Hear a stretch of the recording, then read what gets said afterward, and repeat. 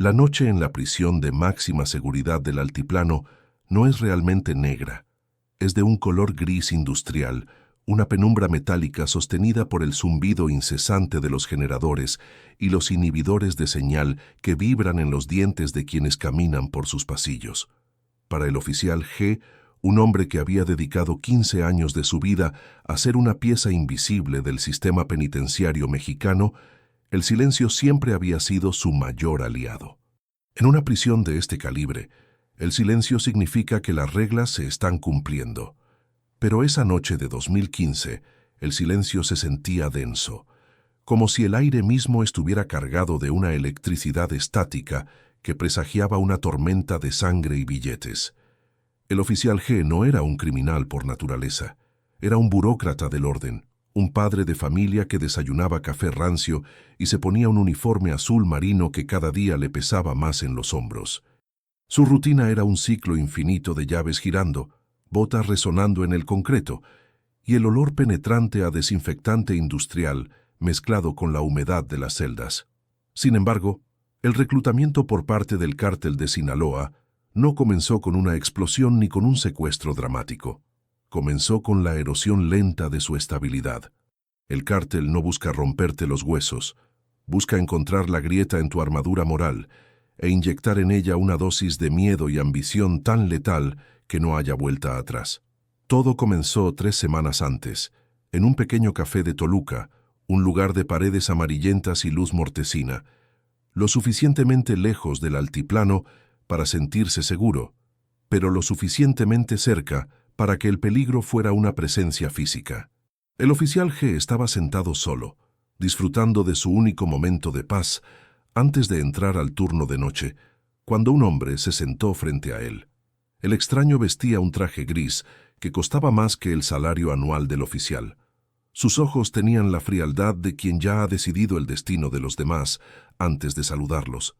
«Usted gana 12,000 pesos al mes, oficial», dijo el hombre. Su voz era un susurro que cortaba el ambiente como una navaja. Es un insulto.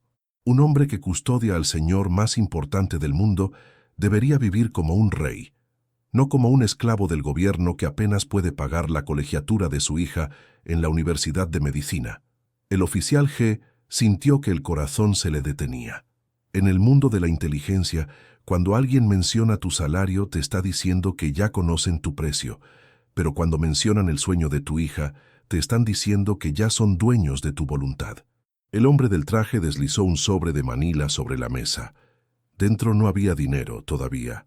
Había una fotografía nítida de su hija, Sofía, saliendo de su clase de anatomía. El sol le daba en la cara y ella sonreía, ajena al hecho de que su vida acababa de ser puesta en una balanza de oro y plomo. «El trato es sencillo, oficial», continuó el hombre. «No queremos que usted dispare un arma. No queremos que abra puertas. No queremos que traicione activamente a sus compañeros. Solo queremos que durante los próximos meses usted aprenda a ser sordo, especialmente cuando esté cerca de la celda 20. Habrá ruidos, vibraciones, sonidos que su entrenamiento le dirá que informe de inmediato, pero su cuenta bancaria le dirá que es solo el viento en las tuberías viejas». El oficial G miró la foto de su hija y sintió un peso insoportable en el pecho. La oferta era una condena disfrazada de milagro. $5 millones. Era una cifra tan astronómica que su mente no podía procesarla en billetes, sino en libertad. El fin de las deudas, una casa segura para su familia, el futuro de Sofía garantizado. Pero sabía que ese dinero venía manchado con el sudor de los hombres que cavaban bajo la tierra y la sangre de quienes se oponían al cártel. «El dinero ya está en una cuenta puente», dijo el extraño, levantándose sin esperar respuesta. «Su única tarea es vigilar los monitores y ser el primero en decir «no es nada» cuando las vibraciones comiencen. Si usted hace su trabajo, su hija terminará su carrera y usted se jubilará en una playa que hoy no puede ni soñar. Si decide ser un héroe, bueno, los héroes en México terminan en fosas sin nombre». Al regresar a la prisión esa noche, el oficial G cruzó los 3 filtros de seguridad con una sensación de náuseas. Cada vez que el detector de metales emitía un pitido, sentía que el sonido gritaba traidor a los cuatro vientos. Los perros de la unidad K9 parecieron olfatear el miedo en su sudor, ladrando con una intensidad que nunca antes había notado. Pero al llegar al bloque de máxima seguridad, el oficial caminó con una nueva y oscura resolución. El miedo seguía ahí, pero ahora estaba acompañado por la adrenalina del hombre, que sabe que ya no pertenece al mundo de los vivos, sino al mundo de las sombras. Caminó por el pasillo estéril, pasando frente a las cámaras que, irónicamente, él mismo debía supervisar. Cada paso resonaba en su cabeza como una sentencia. Llegó a la zona de tratamientos especiales, el corazón del altiplano, donde el aislamiento es absoluto. Al pasar frente a la pequeña ventanilla de la celda 20, sus ojos se cruzaron inevitablemente con los de Joaquín Guzmán Loera. El Chapo no estaba durmiendo. Estaba sentado en el borde de su cama, con la espalda recta y una calma que resultaba insultante para el caos que el guardia sentía por dentro. No hubo palabras. Un intercambio verbal habría sido un suicidio bajo los micrófonos de alta sensibilidad. Pero hubo un reconocimiento. El Chapo sostuvo la mirada del oficial G durante 3 segundos exactos. En ese breve lapso, el guardia leyó una mezcla de mando y gratitud gélida. El líder del cártel de Sinaloa sabía que el hombre del uniforme ya no era un obstáculo, sino una herramienta. El oficial G bajó la vista primero, una señal de sumisión que selló el pacto. Durante las horas siguientes, sentado en la cabina de monitoreo, el oficial G comenzó a experimentar la verdadera tortura del traidor, la paranoia. Cada vez que un compañero se acercaba para ofrecerle un café, él se tensaba, imaginando que asuntos internos ya lo estaba esperando. Cada vez que una cámara de seguridad parpadeaba, pensaba que su rostro delataba el secreto de los 5 millones. Miraba la pantalla que mostraba la celda 20 en un ángulo muerto, cerca de la regadera. Sabía que allí, bajo el piso que parecía sólido, algo estaba ocurriendo. El reclutamiento había terminado. La sombra se había instalado en su alma. El oficial G ya no veía criminales y guardias. Veía participantes en una obra de teatro macabra, donde él era el encargado de bajar el telón cuando la fuga comenzara. El pensamiento de los 5 millones de dólares comenzó a transformarse de un sueño en una carga. ¿Cómo gastarías ese dinero sin que el gobierno se diera cuenta? ¿Cómo mirarías a tu hija a los ojos, sabiendo que su educación fue pagada con el precio de dejar escapar al hombre más buscado del planeta? Mientras el reloj de la pared avanzaba lentamente hacia la madrugada, un sonido casi imperceptible llegó a sus oídos. No era un grito ni un golpe, era una vibración rítmica, un eco sordo que venía desde las profundidades del subsuelo, kilómetros más allá de los cimientos de la prisión. Sus compañeros de turno no lo notaron. Estaban distraídos con sus teléfonos o cabeceando por el cansancio, pero el oficial G lo escuchó perfectamente. Era el sonido de la tierra siendo devorada por las herramientas de construcción. Era el sonido del túnel acercándose. En ese momento recordó las palabras del hombre en el café. «Usted aprenderá a ser sordo». Cerró los ojos, apretó los puños y en su informe de turno escribió con mano firme: «Sin novedades en el sector. Silencio absoluto». La traición estaba consumada. El oficial G había cruzado el punto de no retorno y ahora lo único que quedaba era esperar a que la noche del escape llegara, rezando para que los 5 millones fueran suficientes para comprar también su paz mental, algo que, muy en el fondo, sabía que nunca volvería a tener. El dinero del narcotráfico nunca llega como una transferencia bancaria limpia o un cheque elegante. Llega con olor a humedad, a goma elástica y a miedo. 2 días después del encuentro en el café, el oficial G recibió una llamada a su teléfono personal, un número que se suponía nadie conocía. La instrucción fue breve. En el estacionamiento de la plaza, camioneta gris, llaves bajo el neumático. Cuando llegó y abrió la parte trasera del vehículo, no encontró maletas de diseñador. Encontró 4 bolsas de lona negra, pesadas, densas, que contenían la primera entrega física de su traición. Al abrir una de las bolsas en la soledad de su sala, con las cortinas cerradas y el corazón martilleando contra sus costillas, el oficial G comprendió la magnitud del abismo en el que había caído. Eran fajos de billetes de $100, sellados al vacío, apilados con una precisión militar.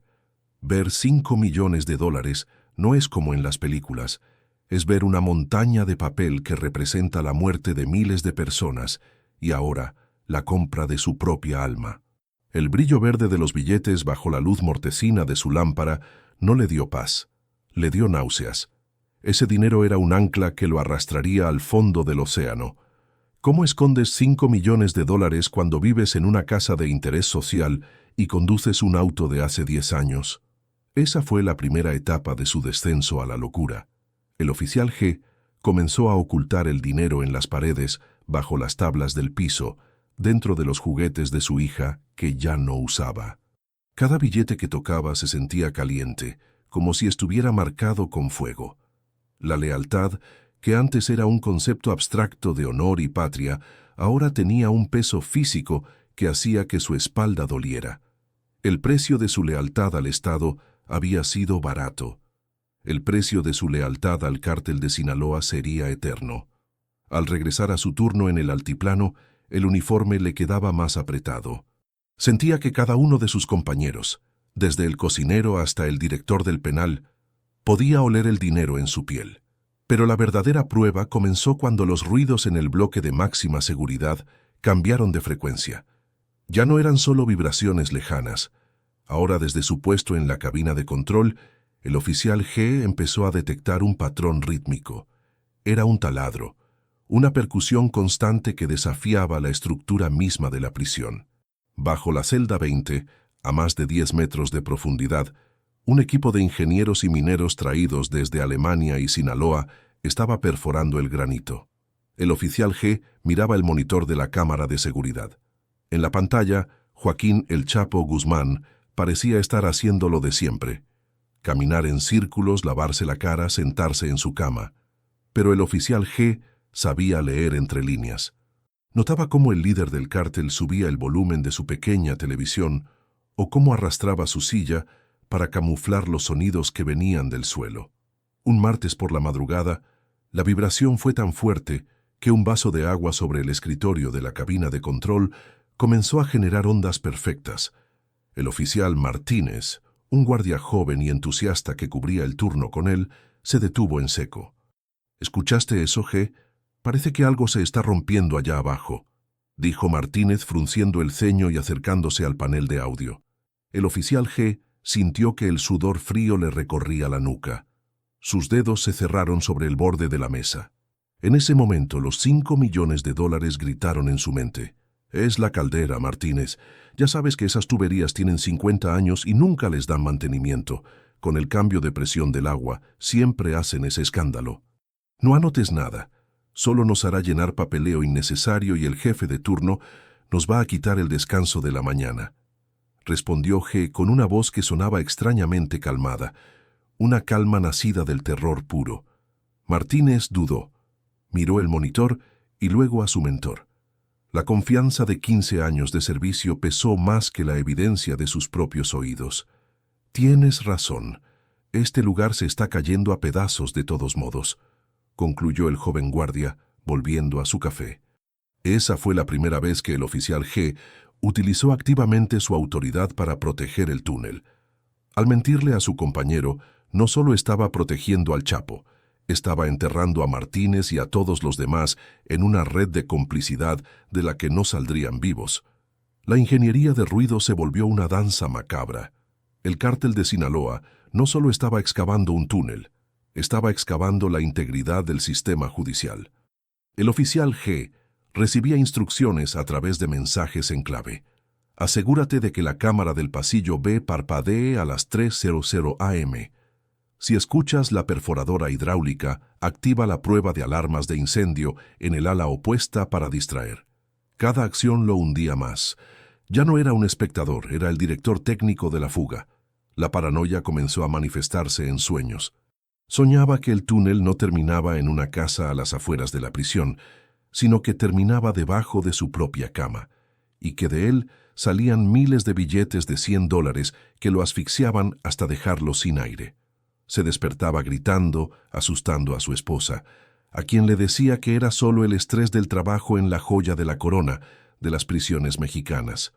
Pero la realidad era que él era el gusano que estaba pudriendo la joya desde adentro. El oficial G empezó a notar detalles que nadie más veía.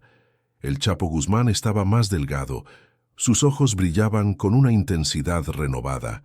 Cada vez que el oficial pasaba frente a su celda para el conteo nocturno, sentía una conexión eléctrica. Era el vínculo entre el prisionero que quería salir y el carcelero que le estaba abriendo la puerta. El precio de la lealtad se había convertido en un contrato de sangre. G sabía que, si el túnel fallaba, el cártel lo mataría por incompetente. Si el túnel tenía éxito, el gobierno lo cazaría por traidor. No había salida.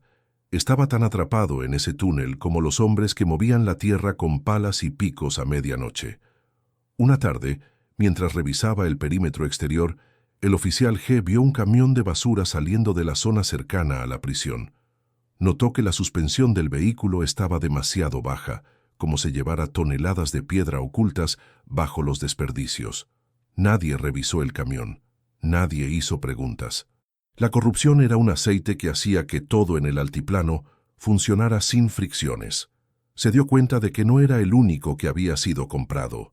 Había una orquesta completa de funcionarios, ingenieros y guardias tocando la misma sinfonía de traición. Él solo era el primer violín. Mientras el sol se ponía sobre las torres de vigilancia, el oficial G se detuvo a mirar la inmensidad del muro de concreto que rodeaba la prisión. Se suponía que nada podía atravesar esas paredes. Pero recordó el brillo de los 5 millones en su sala y comprendió que el concreto es blando cuando se le golpea con suficiente dinero. La lealtad no era un muro, era una puerta giratoria. Esa noche, al entrar nuevamente al bloque de máxima seguridad, el oficial G ya no sentía miedo por los ruidos. Ahora, el silencio era lo que realmente lo aterraba, porque el silencio significaba que la obra estaba casi terminada y que el momento de la desaparición final estaba a solo unos pasos de distancia. El mes de junio en el Estado de México trajo consigo lluvias torrenciales que golpeaban las paredes de concreto del altiplano. Pero para el oficial G, el verdadero estruendo no venía del cielo, sino del infierno que crecía bajo sus pies. A estas alturas, el túnel ya no era una posibilidad teórica. Era un organismo vivo, una arteria de 1500 metros de largo que succionaba la seguridad de la nación. El ruido bajo la celda 20 ya no era una vibración sutil.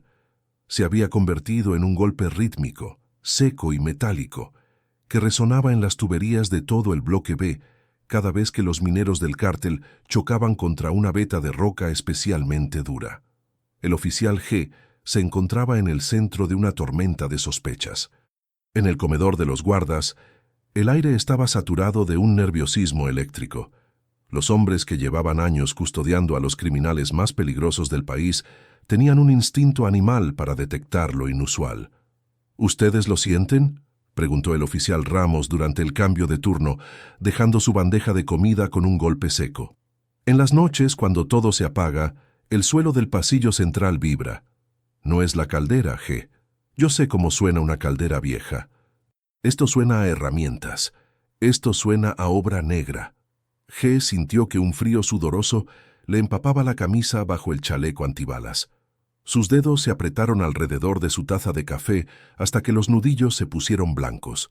Esta era la parte que el hombre del traje gris no le había explicado con detalle. No solo tenía que ser sordo, tenía que obligar a los demás a hacerlo también. Ramos, estás viendo demasiadas películas, respondió G, forzando una carcajada que sonó hueca y metálica. Entre el estrés de los turnos de 12 horas y el zumbido de los inhibidores de señal, a todos nos zumban los oídos. Si vas con el director a decirle que el suelo vibra, lo primero que van a hacer es mandarte a un examen psiquiátrico y quitarte el bono de peligrosidad. ¿Eso quieres? El oficial G estaba usando el arma más efectiva en la burocracia mexicana, el miedo al sistema. Ramos guardó silencio y bajó la mirada a su plato. La semilla de la duda estaba plantada, pero G sabía que no sería suficiente por mucho tiempo. La ingeniería de la fuga había entrado en su fase más crítica y ruidosa, la perforación vertical final para conectar el túnel con el piso de la regadera de Guzmán Loera. Cada noche, el oficial G se sentaba en la cabina de monitoreo con los auriculares puestos, fingiendo escuchar las frecuencias de radio, pero en realidad estaba atento a los sensores de sismografía que él mismo había aprendido a manipular. Cuando los golpes desde abajo se volvían demasiado evidentes, G activaba deliberadamente pequeñas alarmas en sectores lejanos de la prisión, una puerta mal cerrada en la cocina, un sensor de movimiento activado por un gato en el perímetro externo, para desviar la atención de los equipos de respuesta rápida. Era una coreografía de distracciones que lo agotaba físicamente, pero el momento más aterrador ocurrió una madrugada de miércoles. El Chapo, siguiendo el plan maestro, se encontraba en su celda bajo la luz amarillenta que nunca se apagaba. De pronto, un estruendo más fuerte que los anteriores sacudió el área de la regadera. Fue un sonido de concreto cediendo, un crujido que debió haber despertado a medio penal. En el monitor de la cámara de seguridad, G vio cómo el Chapo se levantaba rápidamente. Caminaba hacia el rincón de la regadera y comenzaba a orinar con una calma sobrenatural, ocultando con el sonido del agua y su propio cuerpo cualquier rastro de la grieta que empezaba a formarse en el suelo. En la cabina, el oficial Martínez se puso de pie, alertado. «Eso sí fue un golpe, G. Vino de la 20», gritó Martínez, alcanzando el botón del intercomunicador. G reaccionó con una velocidad nacida de la desesperación. Golpeó accidentalmente su termo de acero inoxidable contra el panel de control, creando un estrépito inmediato que sobresaltó a su compañero, y al mismo tiempo apagó momentáneamente el monitor de la celda 20, simulando un fallo de energía. «Maldita sea, Martínez, casi me tiras el café encima», exclamó G fingiendo molestia. «Fue mi termo el que sonó. Y mira esta basura de equipo, ya se volvió a ir la señal del canal 4. Mañana mismo tenemos que reportar a los de sistemas». Martínez se quedó helado mirando la pantalla en negro y luego a G. El silencio que siguió fue insoportable. Por un segundo G pensó que Martínez se daría cuenta, que llamaría a los federales y que todo terminaría ahí. Los 5 millones, la carrera de su hija, su propia vida. Pero la autoridad de G, combinada con la fatiga del turno, venció una vez más. Martínez suspiró y se sentó de nuevo. «Estamos trabajando en una tumba, G. A veces olvido que este lugar está muerto por dentro», murmuró el joven oficial. G regresó a su casa esa mañana con las manos temblando tanto que no pudo meter la llave en la cerradura al primer intento. Entró y se encerró en el baño, abriendo la regadera para que su esposa no escuchara su llanto.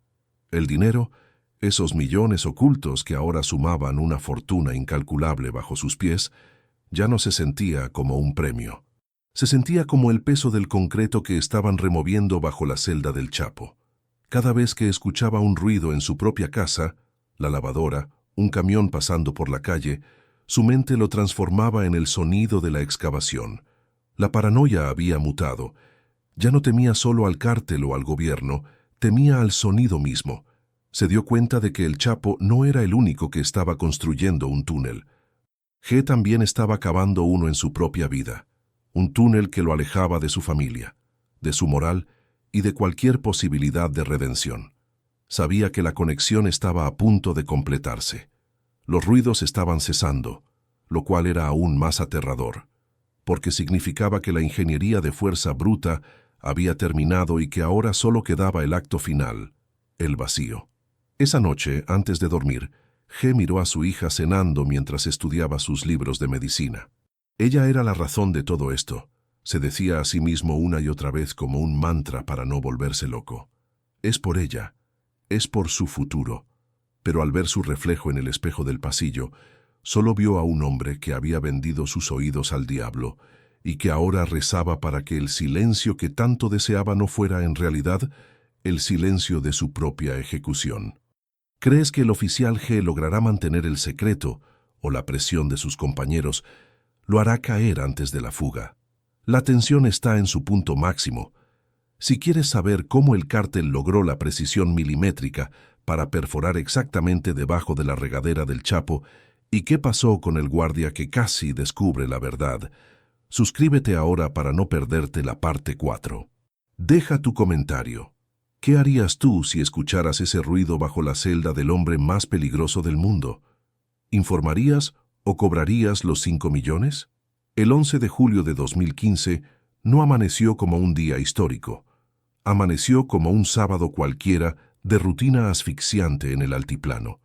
Sin embargo, para los que conocían el secreto, el aire dentro del bloque de máxima seguridad se sentía más pesado, casi sólido. El oficial G llegó a su turno de las 8:00 am, con las ojeras marcadas por noches de insomnio y el estómago revuelto por una acidez que ningún medicamento podía calmar.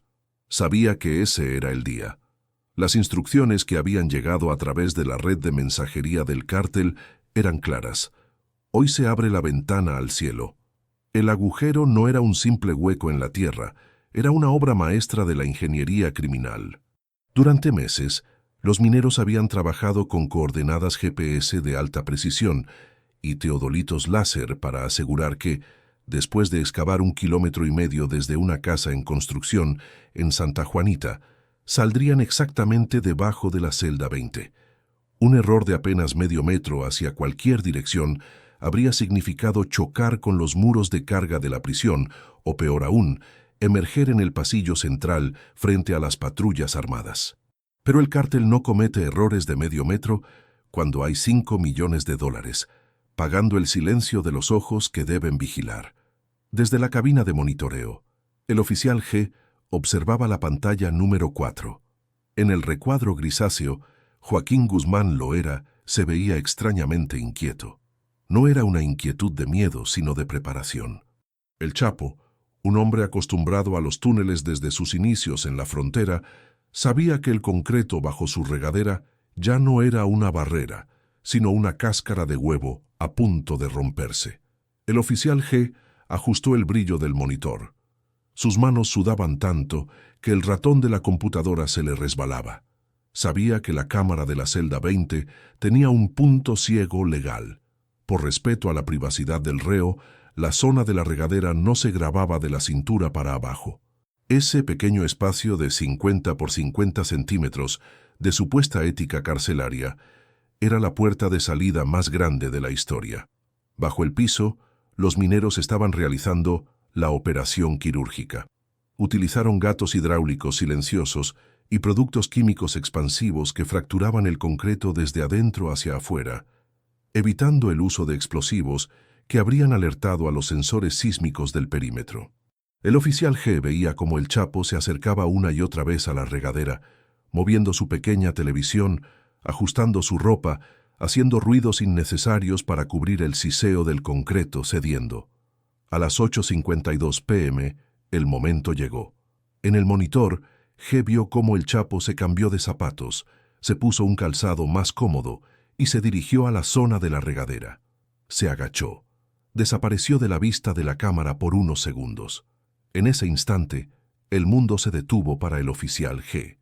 Martínez, su compañero de turno, estaba distraído llenando un reporte de inventario de uniformes. «Oye, G, ¿el Chapo ya se fue a bañar de nuevo?» «Es la tercera vez hoy», comentó Martínez sin levantar la vista de sus papeles. G sintió que el aire se le escapaba de los pulmones. Miró el monitor. El Chapo estaba inclinado, removiendo el último bloque de concreto que los mineros habían cortado desde abajo. Debajo de ese bloque de 10 centímetros de espesor, se abría un ducto vertical con una escalera de madera que descendía 10 metros hacia la libertad. «Tú sabes cómo es», respondió G, su voz saliendo en un hilo monótono. «Con este calor y la humedad del altiplano, el viejo se desespera. Déjalo que se refresque, así se queda tranquilo y no da guerra toda la noche». Esa frase fue la última paletada de tierra sobre la carrera del oficial G. Al no reportar que el reo había desaparecido de la vista total de la cámara por más tiempo del permitido, G se convirtió formalmente en el arquitecto del escape. En la pantalla, el Chapo Guzmán hizo un movimiento rápido y ágil, impropio de un hombre de su edad. Se deslizó por el agujero como si fuera una sombra volviendo a su elemento. Un segundo estaba ahí, y al siguiente solo quedaba el espacio vacío, el silencio sepulcral de la celda 20 y el vapor imaginario de una regadera que nunca se abrió. El oficial G se quedó mirando el monitor fijamente. Pasaron 1 minuto, 2 minutos, 5 minutos. La celda estaba vacía. En cualquier otra circunstancia, el protocolo dictaba activar el código rojo de inmediato. Pero G tenía 5 millones de razones para esperar. Tenía que darle tiempo al Chapo para recorrer los 5 kilómetros de túnel en la motocicleta adaptada sobre rieles que lo esperaba abajo. Tenía que darle tiempo para que el motor de 200 centímetros cúbicos lo alejara de las garras del Estado mexicano. Cada segundo de su silencio valía una fortuna. La ingeniería técnica del agujero era perfecta. El bloque de concreto había sido cortado con tal precisión que si alguien no se acercaba físicamente a la regadera para mirar el suelo, parecía que nada había cambiado. Los ingenieros del cártel habían instalado incluso un sistema de iluminación LED y tuberías de ventilación de PVC que subían hasta casi rozar el piso de la celda. Era un hotel de 5 estrellas comparado con los túneles de drenaje por los que el Chapo solía escapar en Culiacán. Mientras tanto, en la cabina, el segundero del reloj de pared parecía sonar como un martillazo. El oficial G empezó a contar mentalmente. 1, 2, 3, ya debe estar en la mitad del túnel. 10, 15, 20, ya debe estar subiendo por la casa de Santa Juanita. Su lealtad estaba ahora vinculada a la velocidad de esa motocicleta subterránea. Si el Chapo llegaba al otro lado, G tenía una oportunidad de sobrevivir. Si el Chapo era capturado antes de salir del túnel, G sabía que él sería el primer chivo expiatorio en ser sacrificado para calmar a la prensa internacional. ¿Sabes qué, G? Ya tardó mucho en la regadera, ¿no crees?, dijo Martínez, dejando su pluma sobre el escritorio y mirando por primera vez el monitor. Deja que le eche un ojo. G sintió un escalofrío que le recorrió hasta la punta de los dedos. Martínez se estiró para alcanzar los controles de la cámara PTZ y hacer un acercamiento. Si Martínez veía el agujero, el juego se acababa. En ese momento, el oficial G tomó una decisión desesperada. Sabía que el precio del silencio era eterno, pero el precio del descubrimiento era inmediato. El reloj marcaba las 9:00 p.m. y el vacío en la celda 20 era ensordecedor. Para cualquier persona común, un monitor mostrando una habitación vacía es solo una imagen estática. Para el oficial G era la prueba irrefutable de que su vida anterior había muerto. En la pantalla, solo se veía la cama perfectamente tendida, el pequeño televisor apagado y la zona de la regadera, ahora convertida en un portal hacia la libertad. Joaquín Guzmán Loera ya estaba a cientos de metros de distancia, sintiendo el aire húmedo y el rugido del motor de la motocicleta adaptada, mientras el oficial G sentía el peso de la traición apretándole la garganta. «Oficial G, ¿qué está pasando con el Canal 4? El reo no se mueve», dijo Martínez frunciendo el ceño mientras se inclinaba hacia el monitor. Fue el momento de la verdad. El oficial G sabía que cada segundo que ganara para el Chapo valía más que todo el oro del mundo. Si activaba la alarma ahora, el equipo de respuesta rápida podría interceptar la salida del túnel en Santa Juanita. Tenía que fabricar tiempo de la nada. «No seas paranoico, Martínez», respondió G con una voz que le salió de las entrañas, fría y autoritaria. «Acuérdate de lo que hablamos. El viejo está en la regadera.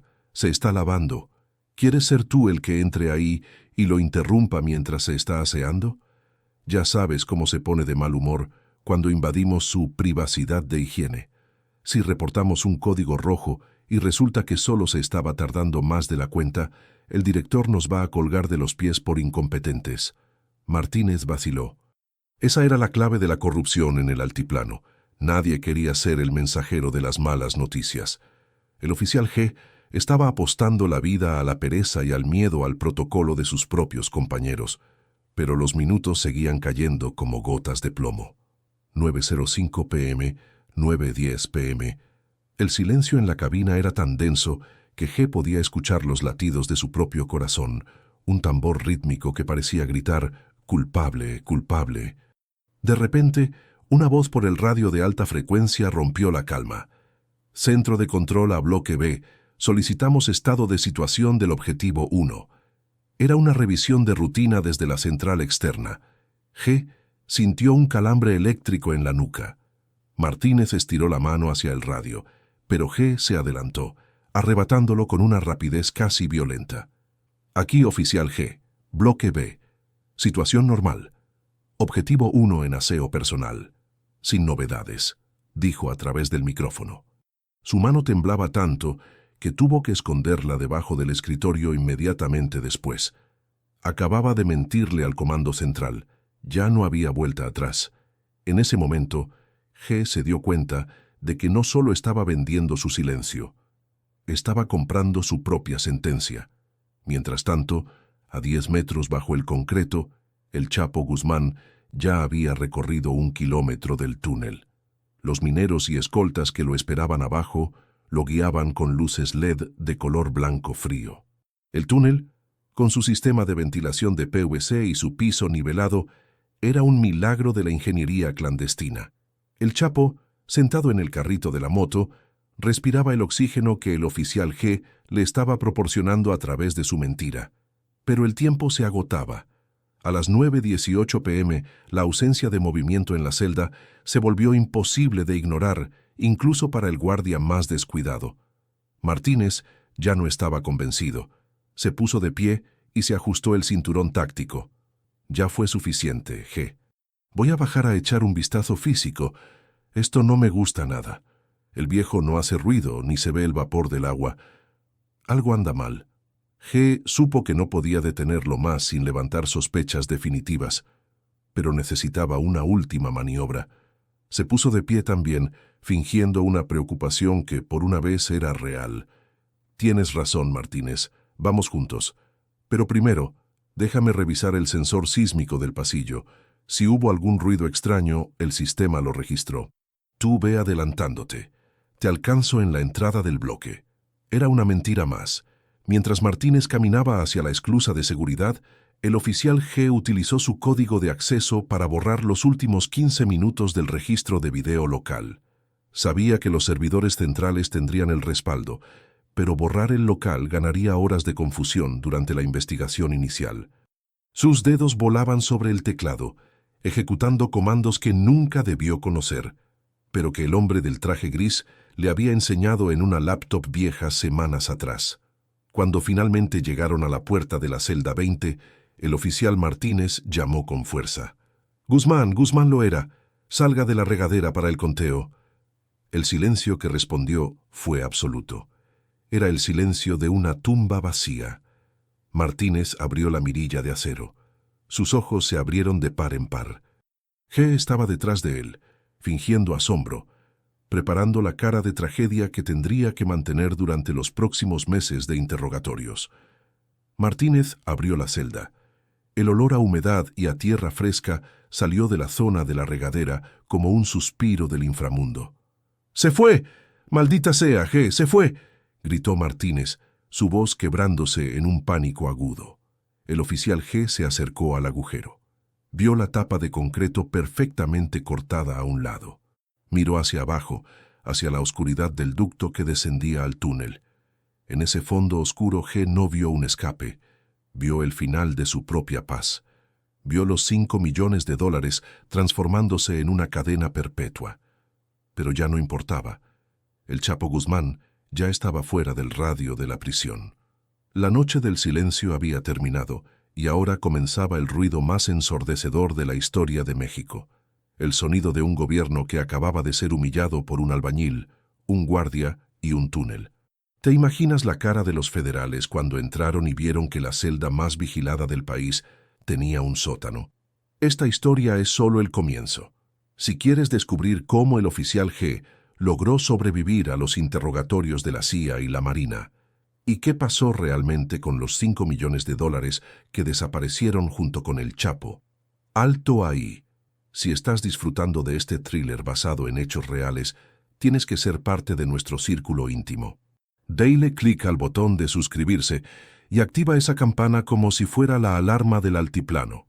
Comenta abajo. Yo me escaparía. O yo me quedaría con el dinero. Queremos saber de qué lado de la celda estás tú. No dejes que el algoritmo te oculte la verdad. Únete a nuestra comunidad de buscadores de misterios ahora mismo. Mientras en la superficie el oficial Martínez gritaba por el radio y el oficial G fingía una crisis nerviosa, 10 metros bajo el suelo del altiplano, la realidad era radicalmente distinta. Joaquín El Chapo Guzmán no estaba huyendo a pie, jadeando en la oscuridad como un fugitivo común. Estaba sentado en el asiento de una motocicleta itálica modificada, montada sobre un sistema de rieles de acero perfectamente nivelados. El aire que respiraba no era el aire viciado de una cueva, sino aire fresco, impulsado por un complejo sistema de tuberías de PVC y motores de ventilación silenciosos. El túnel de 1.5 kilómetros no era una vía de escape. Era una autopista privada construida con la precisión de un reloj suizo. La motocicleta apodada El Trenecito por los mineros era el corazón de la fuga.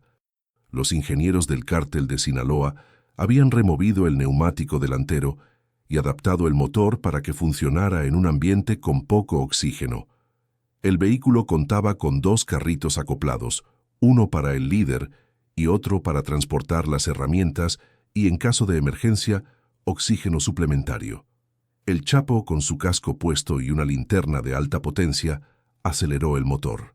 El sonido del escape fue absorbido por las paredes de tierra compactada que habían sido reforzadas con madera y metal para evitar cualquier derrumbe que pudiera sepultar al activo más valioso de la organización. El túnel tenía una altura de 1.70 metros y un ancho de 80 centímetros. Para los mineros que lo excavaron durante casi un año, cada centímetro representaba una lucha contra el granito y la presión del subsuelo. Pero para el Chapo, cada metro recorrido era una bofetada a los millones de dólares invertidos por el gobierno de Estados Unidos y México en tecnología de vigilancia. El oficial G, en su cabina, sabía que el túnel contaba con iluminación LED en todo su recorrido. No era la oscuridad absoluta lo que rodeaba al capo, sino un camino iluminado por una luz blanca y fría que marcaba el sendero hacia la libertad. A mitad del recorrido, el túnel cruzaba por debajo de los ductos de agua de la Ciudad de México y los sistemas de alcantarillado. Los ingenieros habían tenido que calcular la presión del agua para que el peso de los ductos no colapsara el techo del pasaje. Fue una hazaña de ingeniería civil que pocos arquitectos honestos podrían replicar.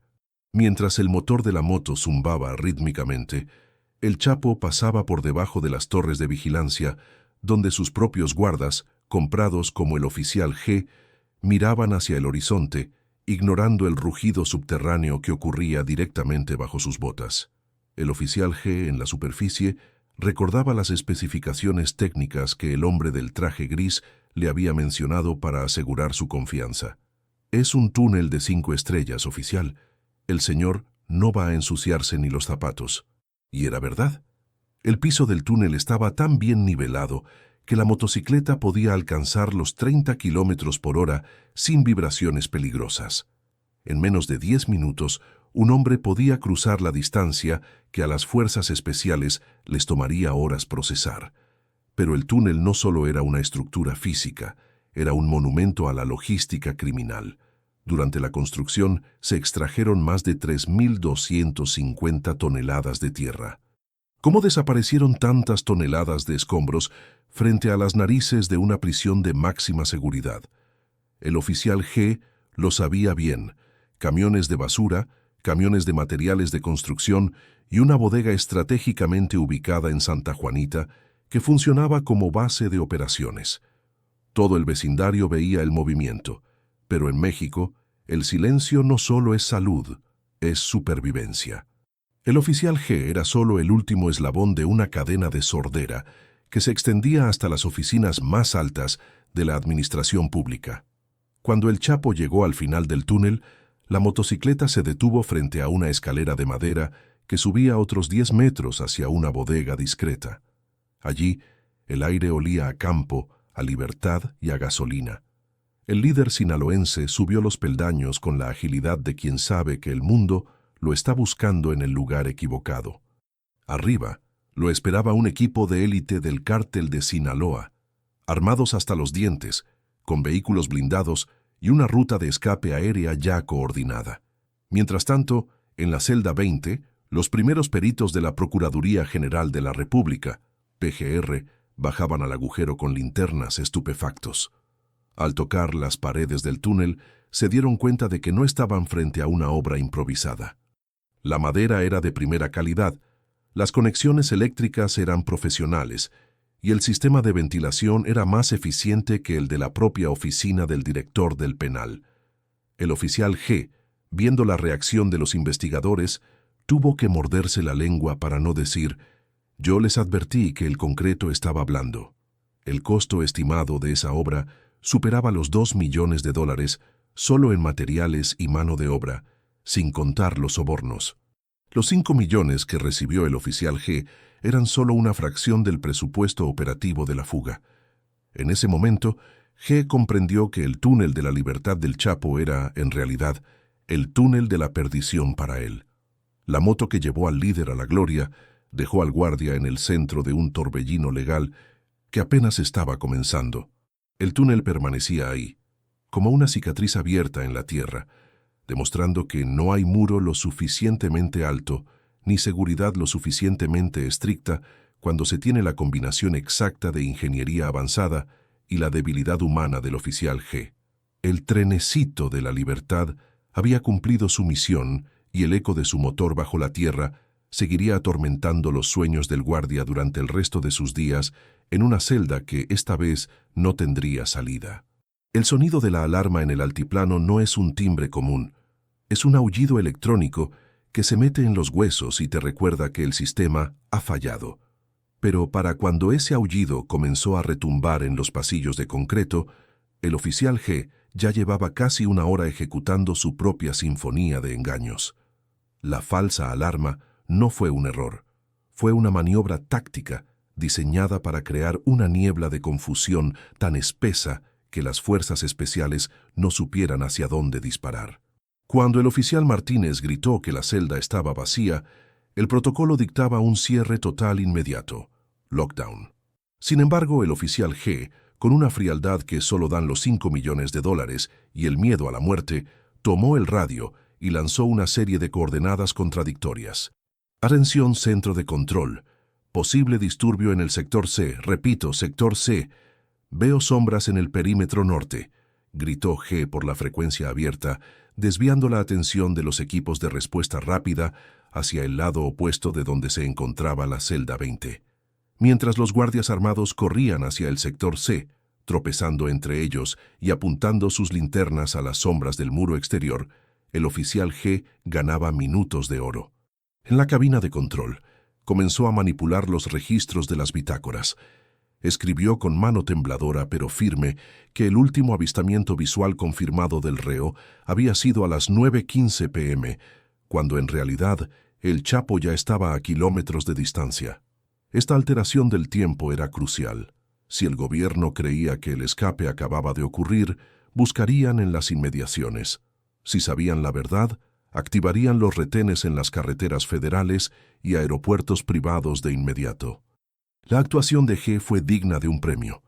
Cuando el director del penal llegó al bloque B, sudando y con la corbata deshecha, encontró al oficial G sentado en el suelo, recargado contra la pared de la celda vacía, con la mirada perdida y las manos cubriéndose el rostro.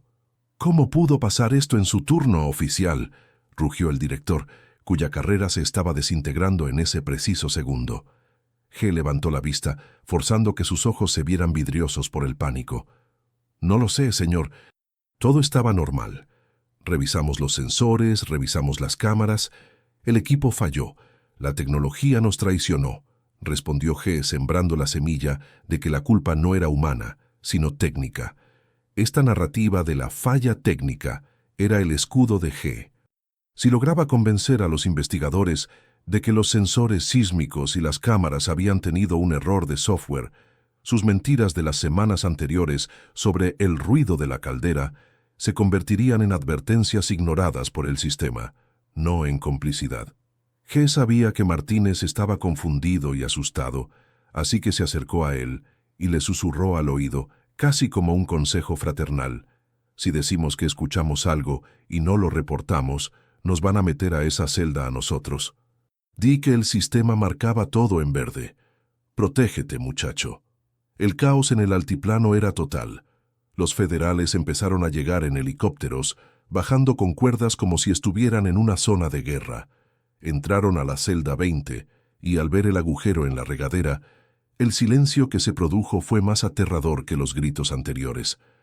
Era el silencio de la humillación absoluta. El oficial G observaba desde el pasillo cómo los peritos medían el diámetro del hoyo. Sabía que cada medición confirmaba la perfección de la obra que él había ayudado a ocultar. Sin embargo, la falsa alarma tuvo un efecto secundario que G no previó. Al haber reportado actividad en el sector C, las autoridades pensaron inicialmente que el escape había sido por aire o por un salto de muro, perdiendo casi 3 horas buscando huellas en el lodo del perímetro exterior. 3 horas en las que el Chapo Guzmán ya había llegado a la bodega de Santa Juanita, se había cambiado de ropa y probablemente ya estaba volando en una avioneta Cessna hacia la seguridad de la Sierra Madre. A las 3:00 am, el interrogatorio preliminar comenzó en una oficina fría del complejo. G fue el primero en ser llamado. Se sentó frente a 2 agentes de inteligencia que no paraban de fumar. El humo llenaba la habitación, creando una atmósfera claustrofóbica. Oficial G, usted tiene un historial impecable. 15 años sin una sola falta. ¿Cómo es que el hombre más vigilado del planeta cava un hoyo en su zona y usted no se da cuenta?, preguntó el agente más viejo, clavando sus ojos en él. G mantuvo la mirada. Recordó el rostro de su hija. Recordó los millones ocultos en las paredes de su casa. «Porque este lugar es una mentira, señor», respondió G con una amargura fingida. «Nos dan tecnología de punta, pero no nos dan mantenimiento. El Chapo no escapó hoy.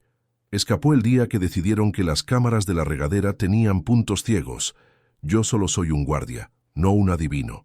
Esa noche, mientras el país despertaba con la noticia que daría la vuelta al mundo, el oficial G se dio cuenta de que su falsa alarma había funcionado mejor de lo esperado. El gobierno estaba tan ocupado buscando culpables en los altos mandos y en las fallas de los sistemas electrónicos que él, el humilde guardia de turno, empezaba a parecer solo otra víctima de la ineficiencia estatal. Pero por dentro, G sabía que el ruido de la alarma nunca se detendría en su cabeza. Cada vez que cerraba los ojos, veía el agujero negro en el suelo de la regadera, un agujero que se tragó su honor y lo dejó con $5 millones que quemaban más que el mismo infierno. El amanecer del 12 de julio de 2015 no trajo luz, solo una claridad cruda que desnudaba la vergüenza del Estado mexicano. Para el oficial G, el tiempo dejó de medirse en horas y empezó a medirse en preguntas.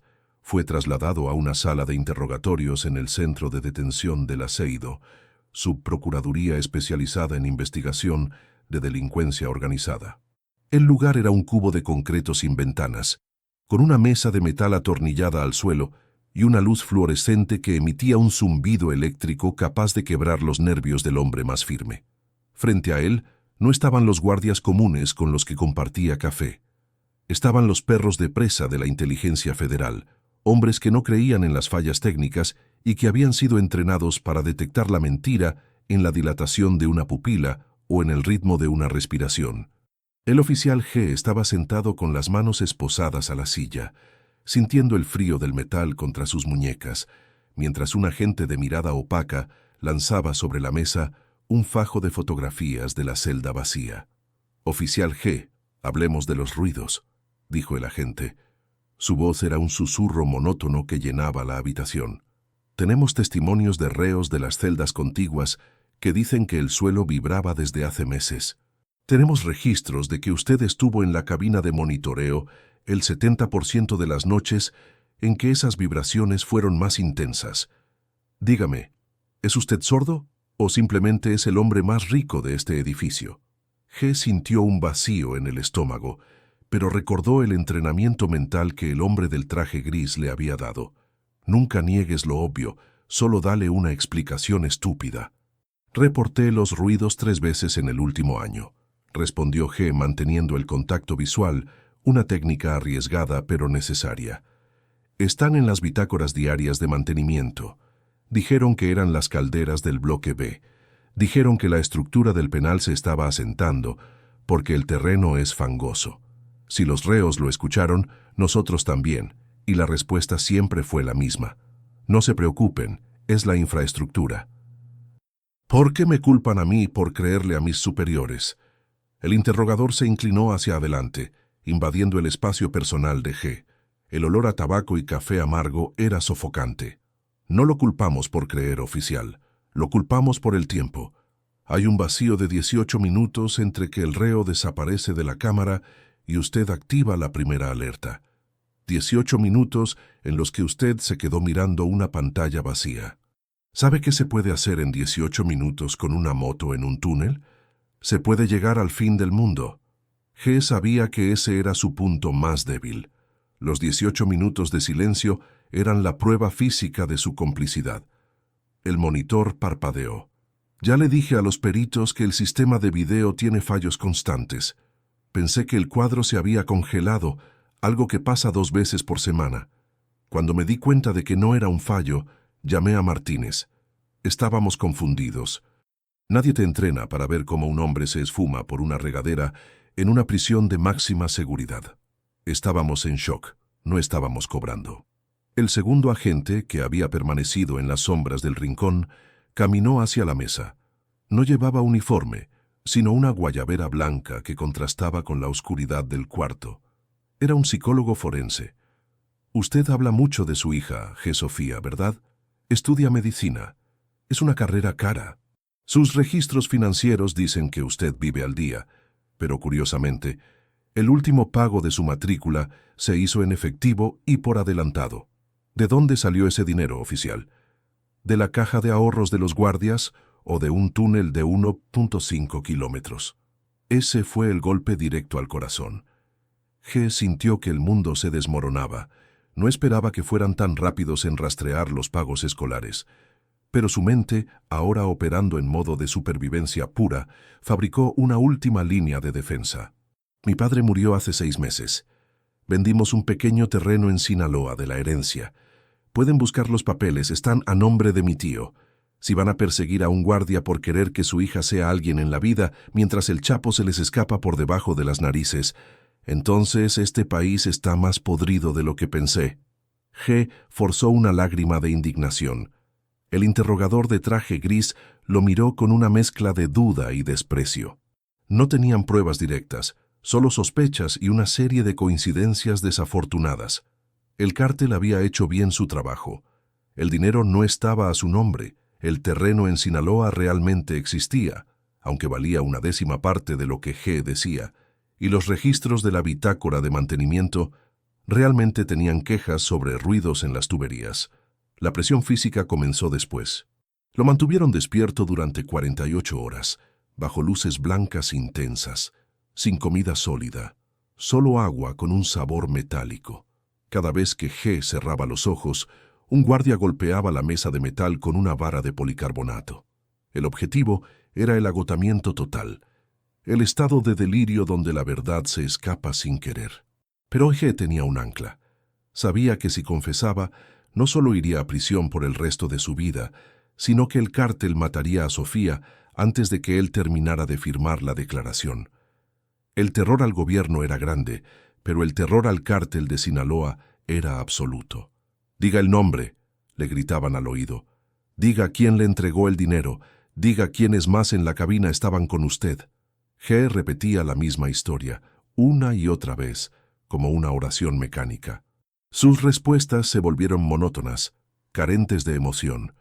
El signo clásico de alguien que ha memorizado una mentira para proteger su vida. Al final del tercer día, el interrogatorio se detuvo.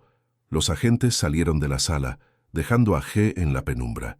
A través del cristal unidireccional, lo observaban los altos mandos de la Secretaría de Gobernación.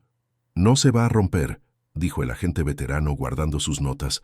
«Está demasiado bien entrenado o demasiado aterrado. Pero ese hombre tiene el dinero. Se le nota en la forma en que aguanta el hambre. Los inocentes lloran y suplican.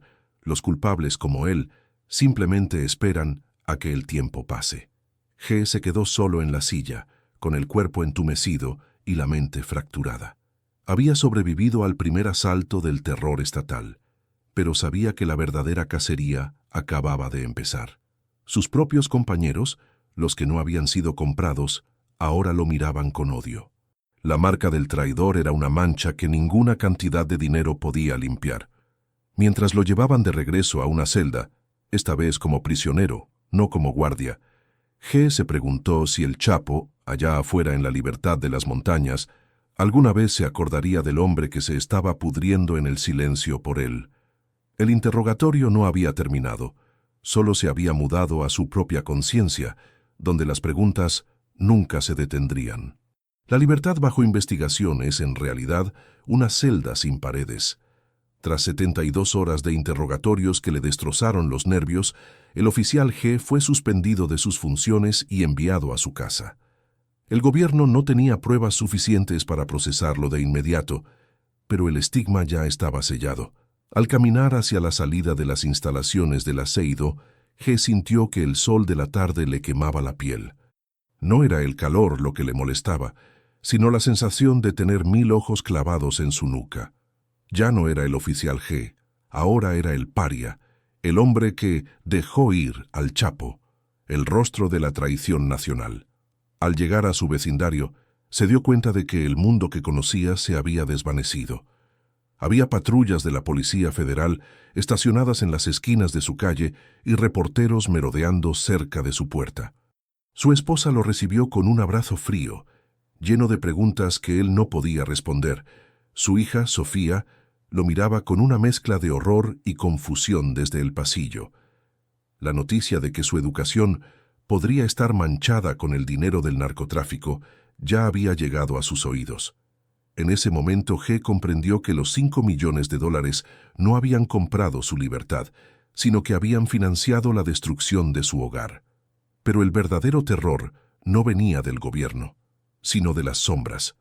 Esa misma noche, mientras intentaba dormir en un sofá, escuchó un golpe suave en la ventana de la cocina. No era la policía, no era la prensa. Era un ritmo específico, una clave que el hombre del traje gris le había mencionado una vez. G se acercó a la ventana con el corazón en la garganta. Afuera, en la oscuridad, un hombre con una gorra oscura le hizo una señal silenciosa. «El patrón está agradecido, oficial», susurró el desconocido sin mostrar el rostro. «Pero el patrón no quiere que usted hable con nadie. Los federales van a intentar negociar con usted. Le van a ofrecer protección de testigos. Si acepta, su hija no llegará a su próximo examen. Si guarda silencio, el dinero seguirá siendo suyo». El mensaje fue directo al centro de su paranoia. G se dio cuenta de que el cártel de Sinaloa no lo veía como un aliado, sino como un cabo suelto. Un guardia que sabe demasiado es un riesgo operativo. Mientras los federales lo vigilaban para ver si los llevaba al dinero, el cártel lo vigilaba para asegurarse de que muriera con el secreto. Estaba atrapado en una pinza de acero. El Estado quería su confesión y el crimen organizado quería su silencio eterno. G comenzó a vivir una existencia fantasmal. Pasaba las horas encerrado en su habitación, contando mentalmente los billetes que tenía escondidos en el doble fondo de su armario, preguntándose si cada uno de esos trozos de papel valía la vida de su familia. Cada vez que salía a comprar pan, sentía que un vehículo lo seguía. ¿Eran los agentes de inteligencia o eran los sicarios enviados para limpiar la escena? La paranoia lo llevó a revisar su comida buscando veneno y a no encender las luces de su casa por la noche para no ofrecer un blanco fácil a un francotirador. El destino del traidor es la soledad absoluta. Sus antiguos compañeros de la prisión, incluso aquellos que alguna vez consideró amigos, le enviaban mensajes de texto llenos de insultos y amenazas. «Ojalá te pudras en el túnel que ayudaste a cavar», decía uno. Martínez, el joven guardia que estaba con él esa noche, había sido encarcelado preventivamente, y G sabía que la familia de Martínez lo culpaba por haberlo arrastrado al abismo. El peso moral de haber destruido la vida de un muchacho inocente para salvar su propia piel empezó a ser más pesado que el concreto del altiplano. Una tarde, G recibió un sobre por debajo de la puerta. No tenía remitente. Dentro había un boleto de avión para un solo pasajero, con destino a una ciudad fronteriza, y una dirección escrita en un papel pequeño. Fue entonces cuando comprendió la fase final del plan del cártel. No lo querían en la ciudad. Querían que desapareciera. Pero desaparecer en el mundo del narcotráfico rara vez significa una jubilación tranquila en la playa. Generalmente significa una fosa clandestina donde nadie pueda encontrar los restos de quien sabe demasiado. G miró a su esposa y a su hija cenando en silencio. Quiso decirles que las amaba, quiso pedirles perdón, pero las palabras se le atascaron en la garganta. Si hablaba, las sentenciaba. Si se quedaba, las ponía en peligro. El oficial G, el hombre que creyó ser más inteligente que el sistema, se dio cuenta de que era solo un peón desechable en un tablero de ajedrez donde los reyes nunca pierden. Su destino estaba escrito en el polvo del túnel. Sería recordado como el villano de una historia que nunca pudo contar completa, mientras el dinero, esos malditos 5 millones, se convertían en el peso que lo hundiría para siempre en el olvido. La noche que debía tomar el avión, G se quedó sentado en el borde de su cama, mirando su viejo uniforme de guardia colgado en el armario. El azul marino parecía ahora negro. Se dio cuenta de que nunca saldría de esa noche del 11 de julio. El Chapo Guzmán había escapado de la prisión, pero el oficial G había entrado en una cárcel mucho más profunda y oscura, una donde no había motocicletas sobre rieles ni ingenieros para ayudarlo a salir. El traidor se dio cuenta, demasiado tarde, de que el precio de la lealtad es alto, pero el precio de la traición es, sencillamente, la vida misma.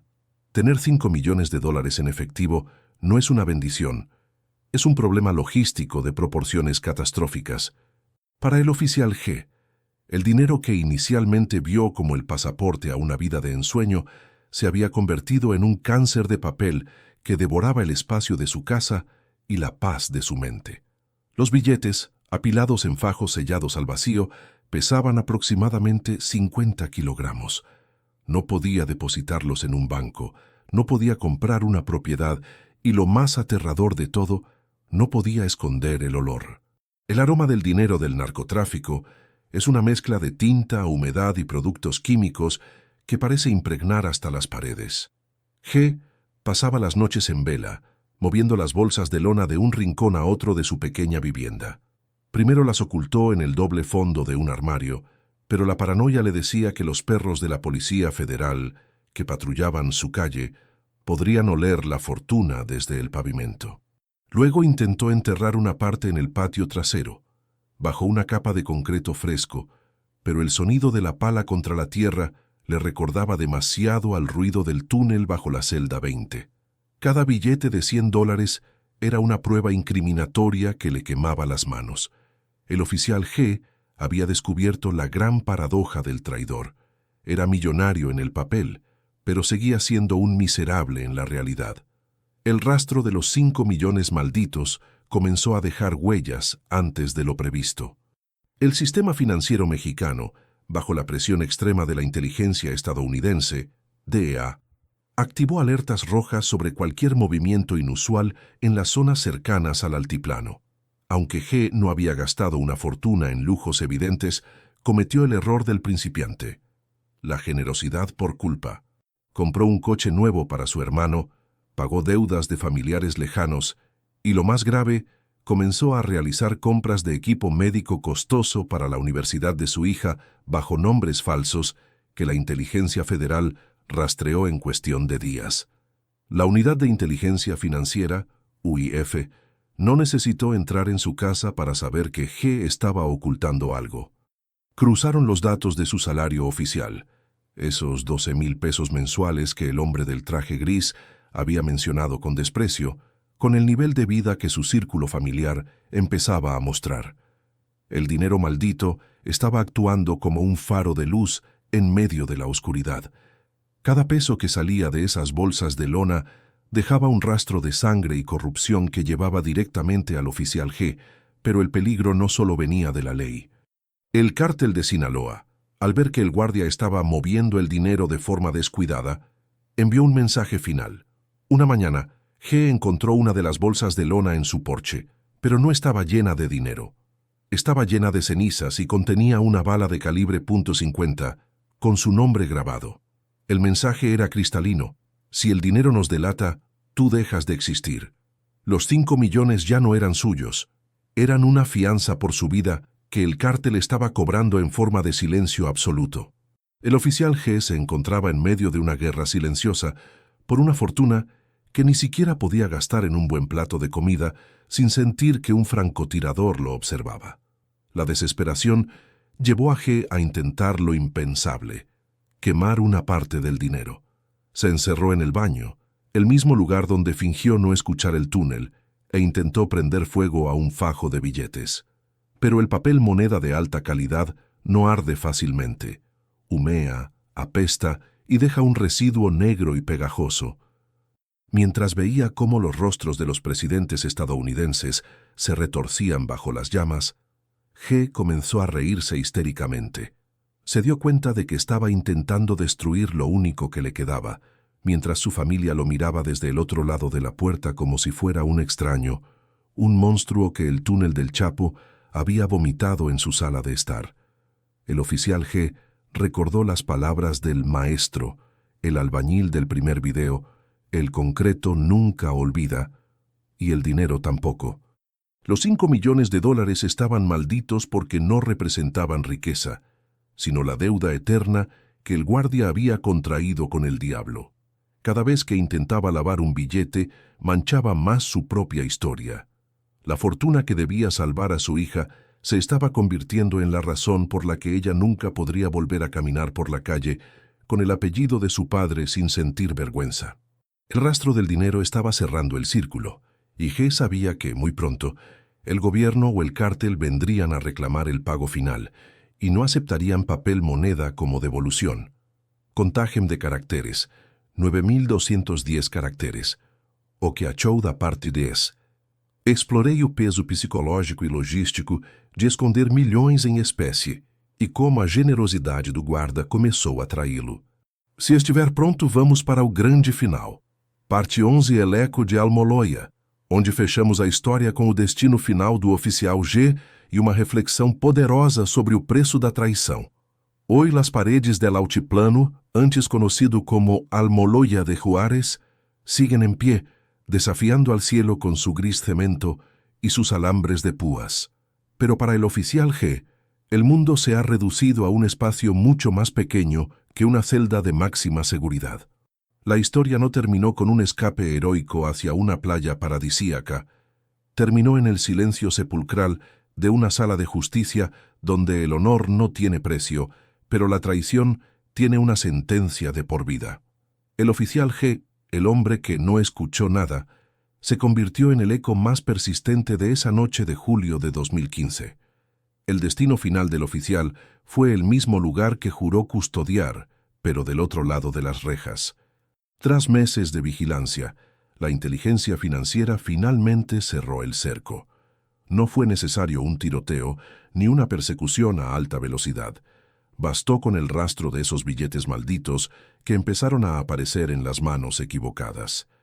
G fue arrestado en una madrugada fría frente a su hija, quien vio cómo el héroe de su infancia era arrastrado hacia la oscuridad de un furgón blindado. Los 5 millones de dólares fueron incautados casi en su totalidad, transformándose en evidencia judicial apilada en una mesa de pruebas, fría y sin vida. Pero el verdadero castigo para G no fue la prisión. El verdadero castigo fue descubrir que, para el cártel de Sinaloa, él siempre fue desechable. En el momento en que entró en la cárcel, la protección prometida desapareció. El hombre del traje gris nunca volvió a llamar. El oficial G ahora vive con el miedo constante de que, en cualquier pasillo, en cualquier comedor, alguien decida que ya sabe demasiado o que su silencio ya no es necesario. Camina entre los presos, hombres que él mismo vigilaba, siendo ahora el blanco de sus burlas y de su odio. Es el guardia que se vendió y en el código de las prisiones nadie respeta a quien traiciona su propio uniforme. El túnel de la celda 20 fue sellado con toneladas de concreto, pero el eco de esa excavación sigue resonando en la historia de México. Cada vez que se habla del Chapo Guzmán, la sombra del oficial G aparece como un recordatorio de que la seguridad más sofisticada del mundo es papel mojado frente a la debilidad humana. El guardia que cobró $5 millones hoy no tiene ni un peso para comprar un café en la comisaría. Su familia cambió de apellido. Su hija abandonó la carrera de medicina agobiada por el estigma, y él ha quedado solo con sus recuerdos y el zumbido constante de los inhibidores de señal que ahora lo encierran a él. Esta no fue solo la historia de una fuga, fue la anatomía de una caída. El oficial G nos enseñó que el dinero del narcotráfico es un préstamo con un interés que se paga con el alma. El túnel que ayudó a proteger no solo llevó al Chapo a la libertad temporal, sino que llevó a G a una prisión interna de la que nunca podrá escapar. El eco de Almoloya no es el ruido de una motocicleta sobre rieles, es el sonido de una puerta cerrándose para siempre sobre un hombre que creyó que podía engañar al destino. Joaquín Guzmán Loera volvió a ser capturado y hoy cumple cadena perpetua en una prisión aún más estricta en Estados Unidos. Pero el oficial G sigue aquí, en una celda mexicana, mirando el suelo y preguntándose si valió la pena. En las noches de silencio, cuando el viento golpea los muros del penal, G jura que todavía puede escuchar el eco de los taladros bajo tierra, recordándole que, por un momento, fue el hombre más rico del mundo y que hoy es, simplemente, el hombre más olvidado de la historia. Reflexión final. Llegamos al final de este viaje a las profundidades de la corrupción y la ingeniería del mal. La historia del oficial G es un recordatorio oscuro de que, en la guerra contra el narco, las batallas más importantes no se libran con balas, sino con la integridad de quienes llevan el uniforme. Queremos saber tu opinión. ¿Crees que el oficial G fue la víctima de un sistema que lo obligó a elegir entre su familia y su deber? ¿O fue simplemente un hombre ambicioso que aprovechó la oportunidad? ¿Crees que hay más oficiales G vigilando las prisiones hoy en día? Cuéntanos desde dónde nos estás viendo. Nos encanta leer hasta qué rincón del mundo llegan estas investigaciones. Si has llegado hasta este punto del video, significa que eres de los nuestros, de los que buscan la verdad detrás de los titulares. Para saber quiénes son los verdaderos seguidores de este canal, escribe en los comentarios la palabra cartel. No olvides darle like si te ha gustado esta narrativa y suscribirte para la próxima investigación. Tu apoyo es lo que nos permite seguir revelando lo que otros prefieren callar. Nos vemos en el próximo descenso a las sombras.